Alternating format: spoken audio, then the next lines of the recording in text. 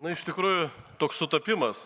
Šiandien Socialinių reikalų ministerija paskelbė bado žaidynės su kazino elementais. Bado žaidynės prasideda nuo 9 val. Ryto iki 16 val. Vakaro. Bet bado žaidynės baigėsi per 10 minučių. Nes per 10 minučių tie laimingieji, kurie spėjo, visą skirtą paramą virš 5 milijonų nebeliko jos, išgraibstė. Bet svarbiausiai ne tik, ką ministerija paskelbė ir ką padarė, bet svarbiausiai, iš ko pasityčiojo. Iš asmenų, kurie turi teisę gauti paramą, įsigyti arba išsinuomoti būstą. Išgirskit, turi teisę gauti paramą. Tai dabar vadinasi taip. Teisę turi gauti, nespėjai bado žaidynės, į tą 10 minučių teisė iš tavęs atimama. Na ir kaip kazino yra pasakoma tau, bandyk dar kartą. Gal po metų tau pasiseks.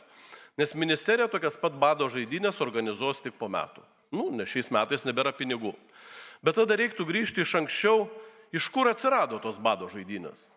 16-20 metų kadencijoje valstiečiai priėmė įstatymą pirmojo būsto parama.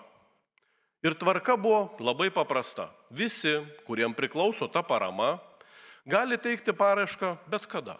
Nesvarbu, kaip sakant, pirmadienį, antradienį, kokią nori dieną, kokią nori valandą. Ir visi būdavo surašomi į eilę. Garbinga, sąžininga, kada gali, tada pateiki paraišką, tave įstato į eilę, skiria ministerija finansavimą, tu gauni paramą. Viskas gerai. Tada atėjo konservatorių vyriausybė.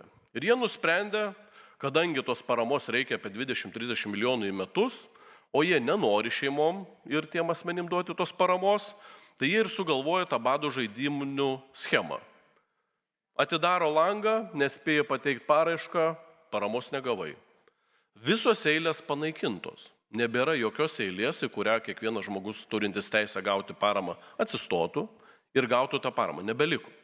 Ir dabar kas liūdniausiai, jau šios naujos kadencijos mes turim beveik pusę, 2 metai beveik praėjo. Ir liūdniausiai yra tai, kad socialdemokratai tęsia konservatorių tradicijas ir tas bado žaidynės. Tai kviečiu Socialinių reikalų ministeriją sustoti, nebetęsti konservatorių politikos, atsižvelgti, kad tai šie asmenys yra ir socialiai pažeidžiami, ir turintis mažesnės pajamas, ir tie, kurie teisę turi gauti paramą. Nustoti iš jų tyčiotis, gražinti prie valstiečių įvestą eilės tvarką, visus surašyti į eilę ir kad žmogus galėtų pateikti paraišką bet kada. Kad nereikėtų tyčiotis iš tų žmogaus, o gal jo šiandien iš darbo neišleido, o gal jis šiandien susirgo, o gal jis šiandien negalėjo pateikti paraiškos. Neturi būti to pasityčiojama, nes socialinė parama, socialinės išmokos turi būti skiriamos visiems, kuriems priklauso, o ne tik tie, kur spėjo pateikti paraišką pirmi.